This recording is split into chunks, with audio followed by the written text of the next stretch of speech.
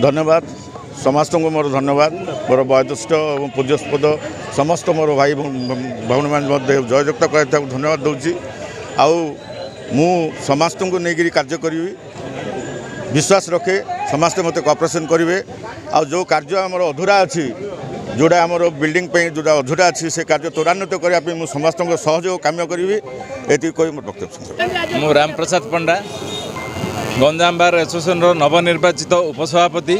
मैं मोर कहबी Ganjam bar association 1400 voter हिसाब से आमर जी थे समस्त भाई और भौणी मानू और सीनियर बंधु मानू मोर प्रथमे धन्यवाद जनइबी कहीं मते आज जो विपुल भोटर विजयी करते मुझे कृति ऋणी हो रही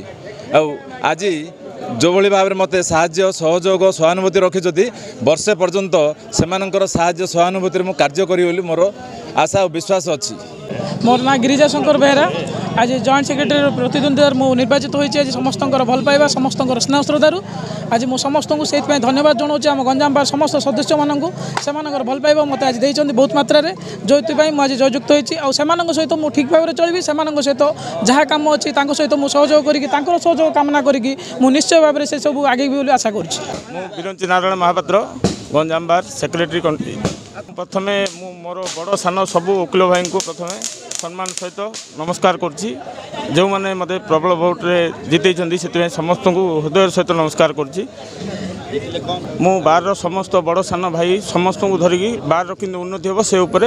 ये कर।